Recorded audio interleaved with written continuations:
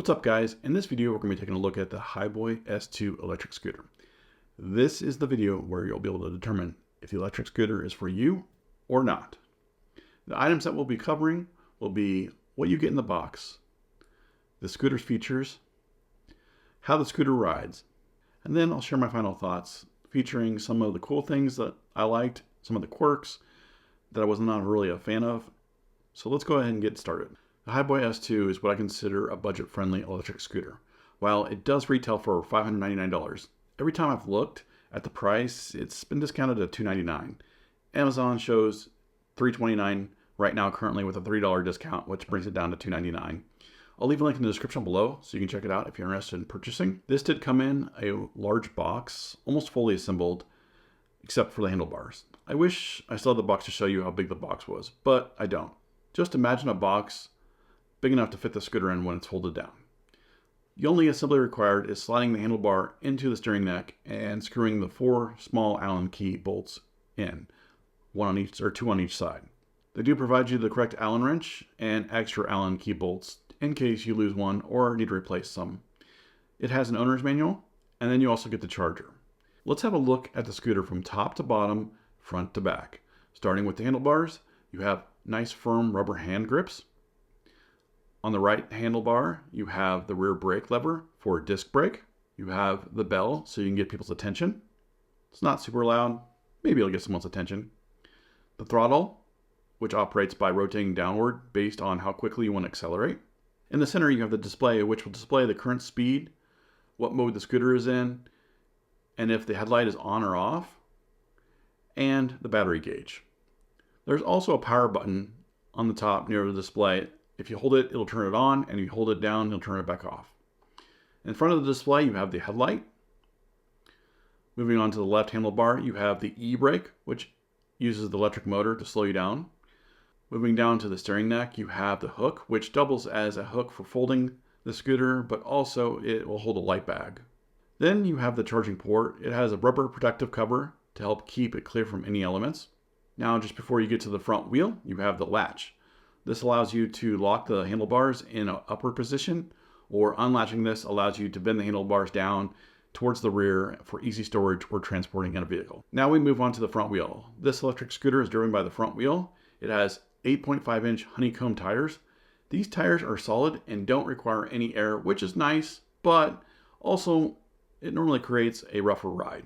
The honeycomb slots in the tire are there to help provide you some cushion. Now we move on to the platform. It has a nice rubber standing area with a kickstand. You'd think that there is nothing else here. However, that's not true. Not only do you have a spot in the back to add a seat if you'd like, this can be added for an additional price. It also has lights on the underbody to help you be more visible at night. Speaking of being more visible at night, you do have reflectors on both sides of the front and back. As we get closer to the back, the scooter does have dual suspension springs on the rear, and they are both adjustable. This helps make your ride less bumpy and is a nice touch. Last but not least, we have the rear wheel. This is covered by a fender so that way you don't get any roaster tails when you're zooming through the puddles. On the back of the fender there is a brake light so people know when you're braking and you don't get ran over by your friends. The rear wheel has a disc brake and is an airless honeycomb tire as well. Now that we've covered the scooter from top to bottom, front to back, let's talk about the specs and features. It has a 350 watt motor with a top speed of 18.6 miles per hour. The battery is a 36 volt, 7.5 amp hour, which gives you about 17-mile range, and it charges back up in about 5 hours. Keep in mind that the distance can vary on the terrain that you ride on. It's also worth mentioning that the scooter has regenerative braking, and it helps charge the scooter while it's riding. The charger itself has a light on it, where it shows up red when it's plugged into the scooter when it's charging, and then once it's fully charged, it shows up green. Now, keep in mind as well is if it's not plugged into the scooter but it's plugged into the wall, the charger will show up green. So always double check to make sure that you plugged it into the scooter.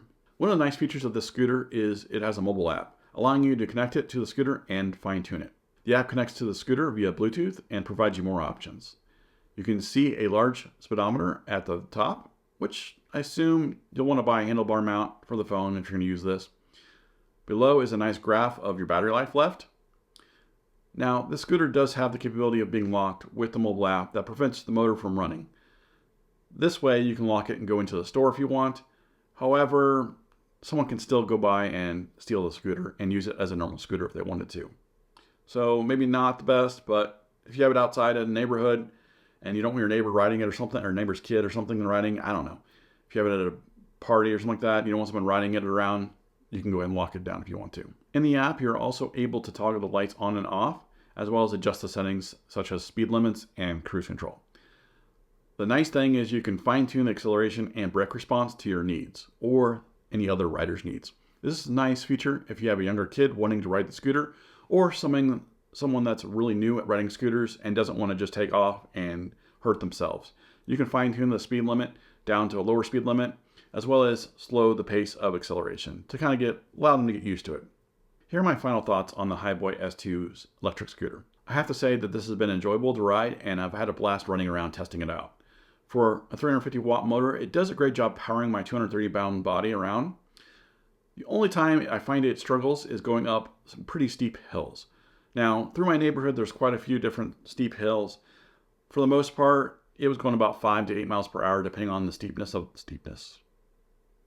grade of the hill.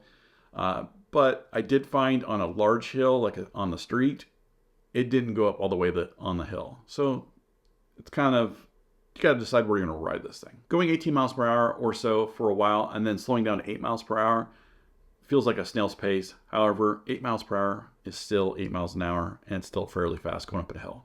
If you have a lot of steep hills that you need to go up all the time, I recommend the Pro version, which is, I think it's a 500 or a 600 watt motor. That'll help power you up the hills a little bit quicker. Now, one thing I did want to discuss is the disc brake. I found it was very touchy compared to other models that I rode. I don't know if you can adjust the brake sensitivity on that or not based on the cable. I don't really mess with it, but I will say be careful when you press that rear brake with the disc brake. It almost sent me over the handlebars. And I did find that using the electronic brake was a lot smoother and easier to use. And I find myself using that way more often. Since I'm in Kansas City and it snowed and it's been really cold out lately, and just now recently it's been a little bit warm, or at least warm enough to go and ride this, I haven't really tested the battery out very much, but a buddy of mine rode it around our neighborhood, and then we took it to another neighborhood, and then there's this park down the street a little bit.